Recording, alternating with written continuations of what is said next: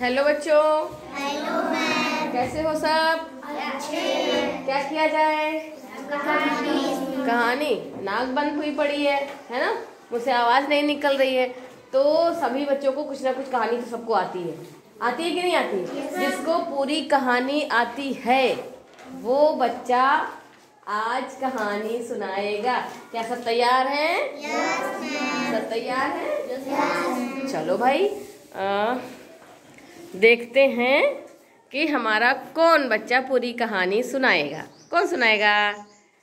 किसी को उधर भी, इतने भी हैं। चलो आज इनको मौका देते हैं। आ जाओ भाई, आओ आओ। इनके लिए छोटी सी है कुर्सी, तो ये बैठेंगे और सब लोग भाई ध्यान से सुनना कहानी। हाँ चलो बेटा सुनाओ। मैं कहानी का नाम है जैसे को तैसा। जैसे को तैसा। तो सब लोग ध्यान से कहानी को सुनना, ठीक है? चलो सुनाओ बेटा। एक गांव में दो बहुत ही अच्छे दोस्त रहते थे। एक का नाम था दीनानाथ और एक का नाम था रामनाथ। रामनाथ बहुत ही गरीब और ईमानदार इंसान था, जबकि वो दीनानाथ बहुत ही लालची और धनवान इंसान था और झूठा भी था। एक बार रामनाथ को घर चलाने के लिए बहुत ही दिक्कत होने लगी, तो उसने सोचा क्यों ना एक बार हम जाकर शहर से खूब पैसा कमा लाए और हम भी धनवान बन जाए, क्योंकि उनका दोस्त बहुत ही धनवान और जमींदार था। तो उनके पास, वो गरीब थे, उनके पास कुछ था तो है नहीं, सिर्फ एक मोटी लोहे की छड़ी थी। तो उन्होंने सोचा ये छड़ी किसको दो, गाँव में तो सब कोई ना कोई कहेगा कि मेरे पास मत रखो, मेरे पास। तो उसने सोचा आज मैं अपने प्रिय मित्र के यहाँ इसको रख दूँ। अरे वाह। तो मैम उन्होंने रामनाथ के वहाँ दीनानाथ ने वो छड़ी रख दी। फिर क्या हुआ? मैम जब वो शहर कहा, दीनानाथ ने रामनाथ से कहा मित्र मैं शहर जा रहा हूँ पैसा कमाने के लिए, क्योंकि मेरी आर्थिक परिस्थिति बहुत ही खराब है। तो उन्होंने कहा ठीक है, लेकिन कहा मेरे पास एक दिक्कत है। दीनानाथ ने कहा क्या, कौन सी? तो उन्होंने कहा मेरी लोहे की छड़ी रख लो और जब मैं लौट के आऊँगा तब ले लूँगा। तो दीनानाथ ने कहा ठीक है, मैं इसे अपने भंडार कक्ष में रखूँगा। तो रामनाथ तो शहर चले गए और इधर दीनानाथ ने वो छड़ी जो लोहे की थी मैं वो अपने भंडार कक्ष में रखवा दी। अच्छा फिर क्या हुआ? मैं जब 3 साल बाद मैम रामनाथ लौट के आए, तो मैम वो गांव में गए और उन्होंने अपने मित्र के पास, दीनानाथ के पास गए और कहा मित्र बहुत ही धन्यवाद, तुमने मेरी छड़ी 3 साल तक बचाए रखी और मेरी छड़ी वापस कर दो। तो दीनानाथ ने कहा अरे वो छड़ी तो मैंने भंडार कक्ष में रखवा दी थी और उस छड़ी को तो चूहों कुतर के खत्म कर दी। अरे क्या बच्चों ऐसा हो सकता है? नहीं हो सकता है? नहीं। तो फिर अभी क्या हुआ?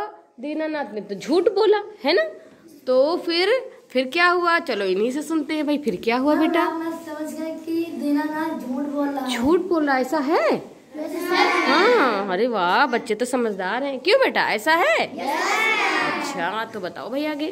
तो उन्होंने एक योजना बनाई। अरे वाह।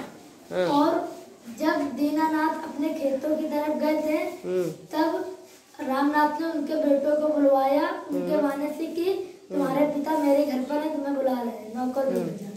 तो मैम जब नौकर गया और उनके पुत्र को बुलाने के लिए जब गया, घर में छोड़ आया, तब हम जब दीनानाथ शाम को घर आए लौट के, तो उन्होंने अपने पुत्र को आवाज दी पुत्र पुत्र। जब उनका पुत्र नहीं आया तो उन्होंने अपनी पत्नी से कहा मेरा पुत्र कहाँ है?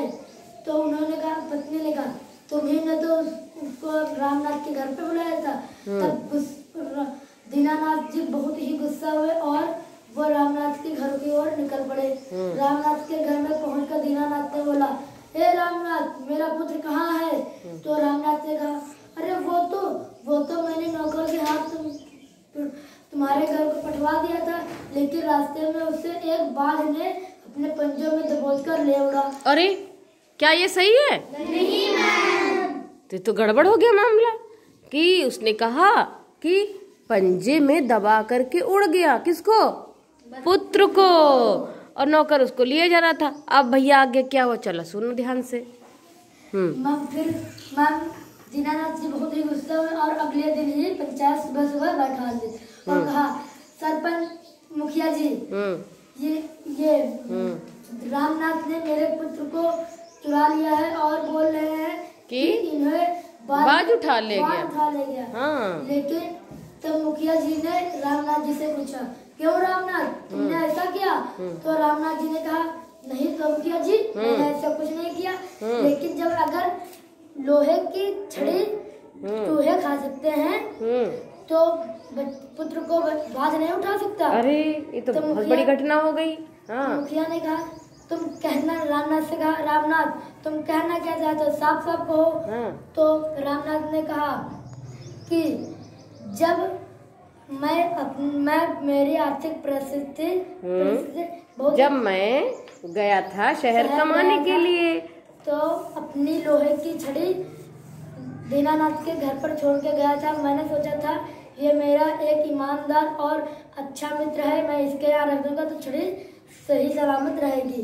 लेकिन इन्होंने कहा कि लोहे की छड़ी मतलब मेरी छड़ी को चूहों ने कुतर डाला। अरे तो है ना, कितनी भयानक घटना हुई थी। देखो छड़ी को कहा था कुतर डाला चूहे ने। ये सब बताया किसने बताया? रामनाथ ने बताया मुखिया जी को। हाँ फिर आगे क्या हुआ? रामनाथ ने कहा कि मुखिया जी सारी बात समझ गया और सब सरपंच और सब लोग अपनी बात समझ गए। और जब दीनानाथ को बुलाया गया और कहा कि ऐसा है तो दीनानाथ ने सर झुकाते हुए शर्मिंदा होकर बोले हाँ। तो उन्होंने कहा तुम इनकी छड़ी वापस करो। तब मैम उनकी छड़ी वापस कर दी रामनाथ को दीनानाथ ने। और मैम तभी उनका बेटा रामनाथ के पीछे से आया, बोले पिताजी चाचा जी ने मुझको अंकल ने मुझको बहुत ही मैम अच्छे से रखा, अच्छे पकवान खिलाए, बहुत अच्छे गेम खिलाए, मैम बहुत कुछ खिलाया और मैम अच्छे से रखा। तो फिर क्या हुआ? दीनानाथ खुश हुए कि ना खुश हुए? बच्चों खुश हो गए, उनका पुत्र उनको वापस मिल गया। और कहानी से हमें शिक्षा मिलती है कि हाँ गद्दार और बेईमान दोस्तों से सावधान रहना चाहिए। तो आज की कहानी थी हमारे देखो भाई किसने सुनाई? देखो ये जो है प्रीतु ने सुनाई आज की कहानी। प्रीतु ने सुनाई। तो प्रीतु हमारे अच्छे वाले बच्चे हो गए ना, प्रिय शिष्य हो गए। तो आज की कहानी हमारे प्रिय छात्र की जुबानी थी। तो सुनी सबने ना, क्योंकि मेरी नाक बंद हो रही है, खांसी भी आ रही, इसलिए मेरे से नहीं हो पा रही थी। तो भाई प्रीतु ने कहानी सुना दी। अभी नेक्स्ट टाइम सभी लोग जो है याद से लेना, फिर से कोई और एक बच्चा सुनाएगा, है ना? तैयार है क्या सब सुनाने के लिए? तो आज की कहानी यहीं पे होती खत्म। तब तक के लिए बाय बाय।